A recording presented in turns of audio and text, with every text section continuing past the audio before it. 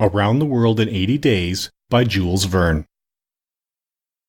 Chapter 4, in which Phileas Fogg astounds Passepartout, his servant. Having won 20 guineas at whist and taken leave of his friends, Phileas Fogg, at 25 minutes past 7, left the Reform Club.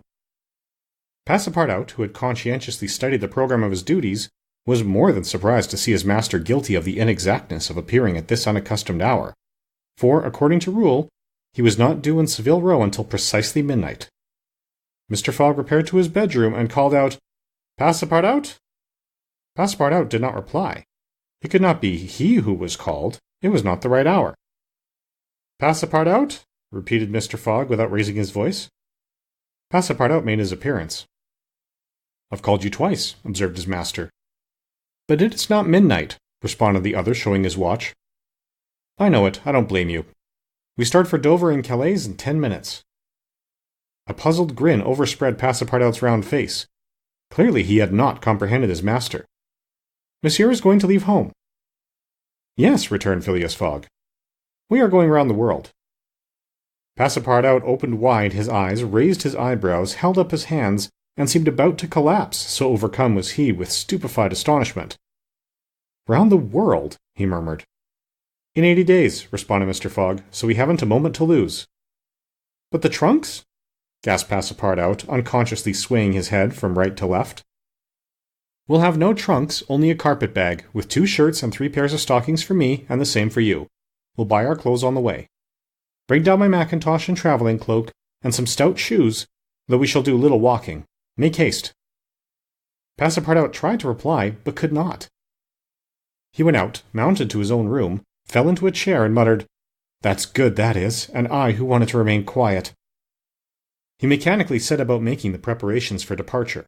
Around the world in 80 days. Was his master a fool? No. Was this a joke, then?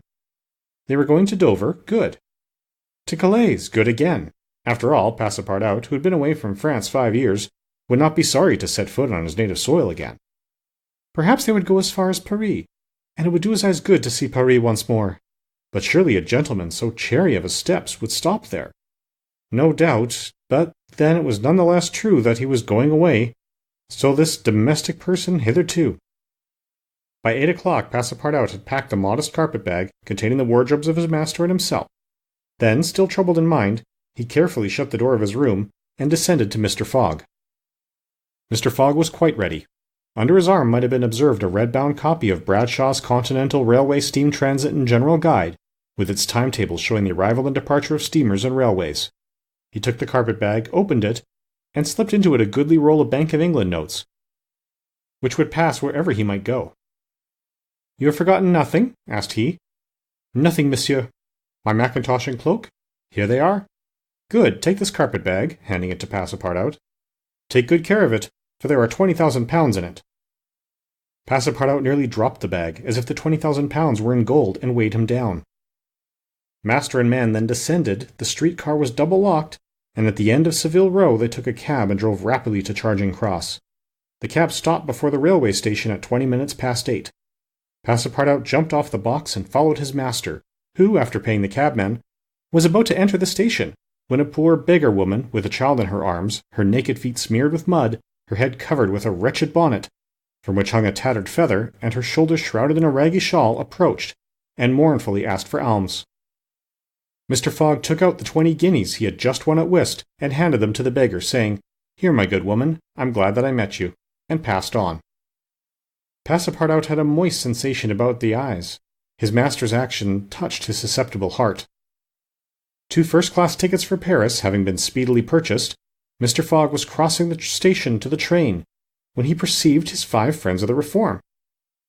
"Well, gentlemen," said he, "I'm off, you see, and if you will examine my passport when I get back, you will be able to judge whether I have accomplished the journey agreed upon." "Oh, that would be quite unnecessary, Mr. Fogg," said Ralph politely. "We will trust to your word as a gentleman of honour." "You do not forget when you are due in London again?" asked Stewart. "In 80 days, on Saturday the 21st of December, 1872, at 9:15 p.m. Goodbye, gentlemen." Phileas Fogg and his servant seated themselves in a first-class carriage at 20 minutes before 9. 5 minutes later the whistle screamed, and the train slowly glided out of the station. The night was dark, and a fine, steady rain was falling. Phileas Fogg, snugly ensconced in his corner, did not open his lips. Passepartout, not yet recovered from his stupefaction, clung mechanically to the carpet-bag with its enormous treasure. Just as the train was whirling through Sydenham, Passepartout suddenly uttered a cry of despair. "What's the matter?" asked Mr. Fogg. "Alas, in my hurry, I forgot—" "What?" "To turn off the gas in my room." "Very well, young man," returned Mr. Fogg coolly. "It will burn, at your expense."